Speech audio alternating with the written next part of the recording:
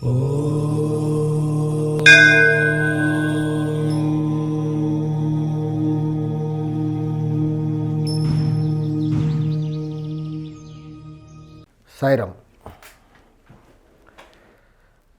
ఉత్తరం facing హౌజెస్కి sump ఎక్కడ కట్టుకోవాలి, అలాగే సెప్టిక్ ట్యాంక్ ఎక్కడ కట్టుకోవాలి.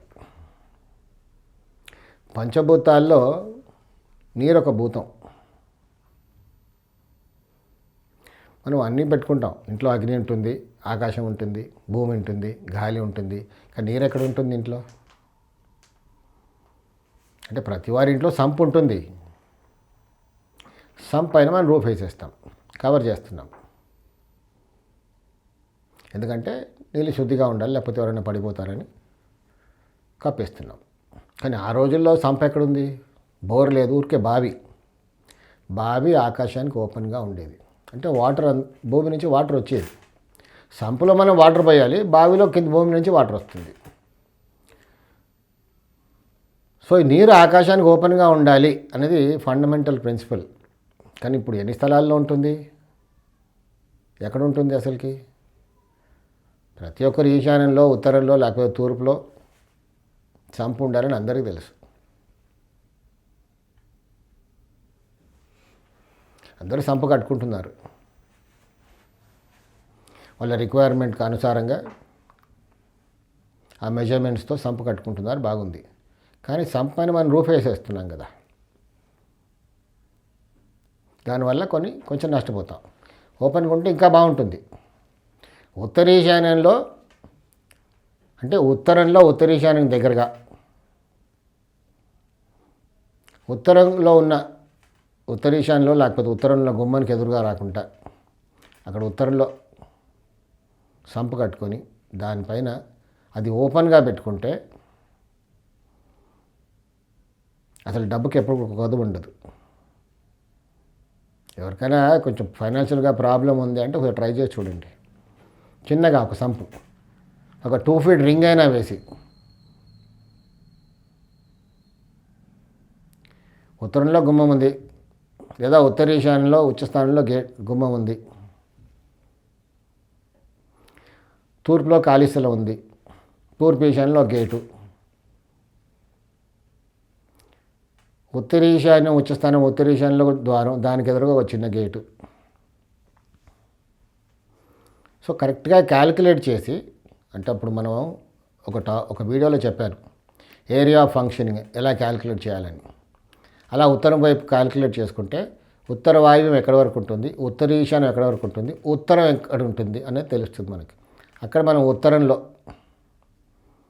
చిన్నగా ఒక 3 feet రింగ్, అలా ఒక 3 రింగ్ లోపలికి వేస్తే ఒక 3 feet అందులో వాటర్ పెట్టి ఓపెన్గా పెట్టేయాలి. అంటే ఎవరు అందులో పడిపోకుండా ఒక చిన్న గ్రిల్ లాంటిది, అంటే భూమి నుంచి హైట్ రాకుండా భూమి లెవెల్గా పెట్టుకుంటే దానివల్ల ఎన్నో మంచి ఫలితాలు ఉంటాయి. అంటే నేను ఊరికే మంచి ఫలితాలు ఉంటాయని చెప్పడం కాదు,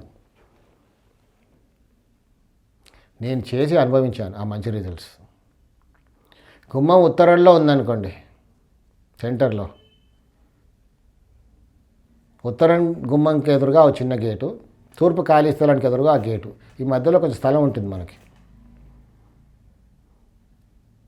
ఉత్తరం గేటుకి ఉత్తర ఈశాన్యంలో గేటుకి మధ్యలో ఖాళీ స్థలం ఉంటుంది, గుమ్మానికి ఎదురుగా రాకుండా కూడా ఉంటుంది. అక్కడ ఒక చిన్న 3 feet రింగ్ వేసుకొని, రింగ్ సైజ్ 1 feet ఉంటుంది డెప్త్ హైట్.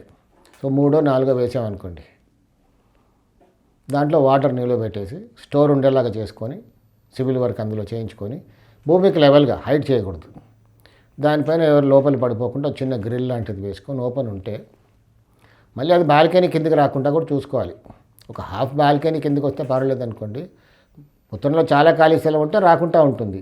కొద్దిగా ఉంది, ఒక 5 feet ఉంది అంటే పైన 3 feet బాల్కనీ ఉంటుంది. కాబట్టి 3 feet 6 feet బాల్కనీ ఉంటుంది. అక్కడ 6 feet బాల్కనీ ఉన్నప్పుడు ఉత్తరంలో కొంచెం ఖాళీ స్థలం ఉంటుంది. కనీసం ఒక అడుగైనా ఓపెన్, ఆకాశానికి ఓపెన్గా ఉండాలి. ఖాళీ స్థలం అంటేనే అది. మన ఖాళీ స్థలాల గురించి మాట్లాడుకున్నప్పుడు చెప్పాను, ఖాళీ స్థలం 6 అడుగులు ఉంది ఉత్తరం కంపౌండ్కి, ఉత్తర గోడకి. ఉత్తర వాయువులో మెట్లు వేసుకున్నాం. మెట్లు ఎలా ఉంటాయి? 3, 3 డబుల్ ఫ్లైట్. ఒక ఫ్లైట్ 3 అడుగులు. సో మొత్తం 6 అడుగులు. పైన బాల్కనీ కూడా 6 అడుగులు వస్తుంది. అంటే మనకు ఉత్తరంలో ఉన్న ఖాళీ స్థలం మొత్తం కప్పేయబడింది, అది దోషమే. దానికి తోడు దక్షిణంలో ఒక 2 అడుగులో 3 అడుగులో ఖాళీ స్థలం, మొత్తం ఉత్తరం దోషపూరితం అయిపోతుంది. ఎందుకంటే దక్షిణంలో ఉన్న ఖాళీ స్థలానికి బాల్కనీ లేదు, ఉత్తర వాయువులో మెట్లు వేసుకున్న 6 అడుగులు కాబట్టి బాల్కనీ కూడా 6 అడుగులు వస్తుంది. ఉత్తరంలో ఉన్న ఖాళీ స్థలం మొత్తం కూడా కప్పేసాం పైన. అంటే కాంపౌండ్ వాళ్ళకి టచ్ అవ్వలేదని మాట్లాడుతున్నారు చాలామంది, కానీ పైన మొత్తం కప్పేయబడింది. సో ఖాళీ స్థలం దేని అంటాం? ఖాళీ స్థలం ఎంతైతే ఆకాశానికి తెరపిగా ఉందో అది మాత్రమే ఖాళీ స్థలం. సో అలా ఖాళీ స్థలం ఆకాశానికి ఓపెన్ తెరపిగా ఉంటే అక్కడ ఉత్తర ఈశాన్య మధ్యలో ఉన్న ఖాళీ స్థలంలో ఒక చిన్నగా ఒక 3 అడుగుల రింగులు, 3 ఫీట్ 3 రింగులు వేసుకుంటే అందులో వాటర్ నిల్వ పెట్టుకుంటే ఓపెన్గా చిన్న గ్రిల్ ఎవరైనా అందులో పడిపోకుండా, చిన్నపిల్లలు ఉంటే పడిపోవచ్చు అక్కడ. ఆ సేఫ్టీ మెజర్ తీసి వేసుకొని అక్కడ పెట్టుకుంటే బ్రహ్మాండమైన రిజల్ట్స్ వస్తాయి. ఆశ్చర్యపోతారు అందరూ కూడా.